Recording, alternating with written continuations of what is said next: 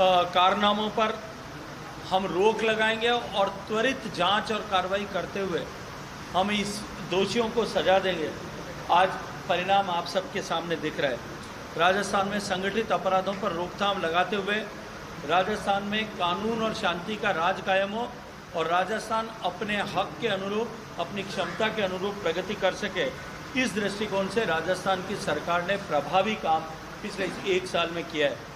आज मैं स्थापना दिवस के अवसर पर राजस्थान की उस सारी मातृशक्ति को बधाई देना चाहता हूँ। राजस्थान देश में पहला प्रदेश था जिसने उज्ज्वला गैस में सिलेंडर रिफिल में जो सब्सिडी माननीय मोदी जी ने दी थी और जो 600 रुपये का सिलेंडर माननीय मोदी जी के आशीर्वाद से महिलाओं को मिल रहा था, उसमें फर्दर सब्सिडी स्टेट हेड से देते हुए 450 रुपये में सिलेंडर मिल सके, इसको सुनिश्चित करने में सफलता प्राप्त की है।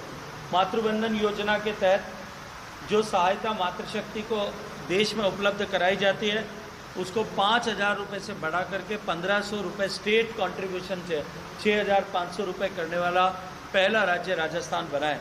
इसी तरह से सामाजिक सुरक्षा की पेंशन में भी 15% वृद्धि की गई। पेट्रोल डीजल पर वैट को 2% कम किया गया। किसान सम्मान निधि पर हमने जो संकल्प किया था कि किसान सम्मान निधि का जो 6,000 रुपये माननीय प्रधानमंत्री जी के आशीर्वाद से किसान के खाते में जाता है, उसको हम 6 से बढ़ा करके 12,000 चरणबद्ध रूप से करेंगे। उसको 6 से बढ़ा करके 8,000 रुपये राजस्थान की भारतीय जनता पार्टी सरकार ने किया है। गेहूं के समर्थन मूल्य में वृद्धि के साथ साथ में प्रदेश में पर्यावरण संरक्षण के लिए 7 करोड़ पौधों के आरोपण का काम भी राजस्थान की सरकार ने किया है। और इन सब का परिणाम है कि राजस्थान की भारतीय जनता पार्टी और भारतीय जनता पार्टी नेतृत्व पर जिस तरह का व्यापक जन समर्थन राजस्थान की जनता ने, आशीर्वाद जो राजस्थान की जनता ने दिया, पिछले दिनों हुए उपचुनाव में प्रचंड बहुमत भारतीय जनता पार्टी को मिला। जहाँ चुनाव के समय हमारे पास 1 सीट थी, वहाँ से लेकर के हम 5 सीट पाने में कामयाब हुए। ये राजस्थान की जनता के इस डबल इंजन की सरकार और माननीय मुख्यमंत्री भजन लाल जी के नेतृत्व में काम करने वाली सरकार के ऊपर भरोसे का परिचय है। मैं अंत में इतना कहना चाहता हूँ कि भारतीय जनता पार्टी की सरकार देश और प्रदेश में सामान्य मानवी के जीवन में परिवर्तन लाने के लक्ष्य को लेकर के काम करती है। भारतीय जनता पार्टी की सरकार, क्योंकि भारतीय जनता पार्टी किसी परिवार की पार्टी नहीं है, किसी व्यक्ति विशेष की पार्टी नहीं है। भारतीय जनता पार्टी देश में काम करने वाले, भारतीय जनता पार्टी के विचार को पुष्ट करने वाले करोड़ों कार्यकर्ताओं की पार्टी है।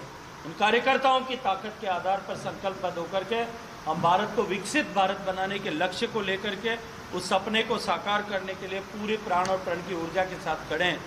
भारतीय जनता पार्टी का स्थापना दिवस हम सब लोगों के लिए प्रसन्नता का दिवस तो है ही, लेकिन साथ ही साथ भारतीय जनता पार्टी का स्थापना दिवस हम सब कार्यकर्ताओं के लिए एक संकल्प का दिवस है।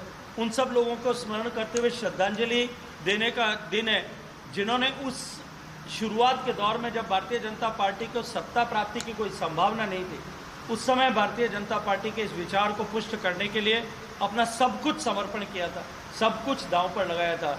उनको सबको श्रद्धासुमन अर्पित करते हुए हम सब संकल्प करें कि हम भारतीय जनता पार्टी के कार्यकर्ता इस देश को विकसित बनाने के संकल्प को सिद्ध करने के लिए, और उन सब हुतात्माओं को जिन्होंने देश की आज़ादी के संघर्ष में अपना सर्वस्व समर्पण किया, हम पूरी निष्ठा के साथ में, अपनी पूरी ऊर्जा के साथ में, अपने व्यक्तिगत भावों से ऊपर उठ करके, हम अपने व्यक्तिगत हित और स्वार्थों से ऊपर उठ करके, हम सब लोग मिलकर के आज़ादी के 100 वर्ष पूरे होने तक देश को विकसित भारत बनाएंगे। आप सबको बहुत सारी शुभकामनाएं।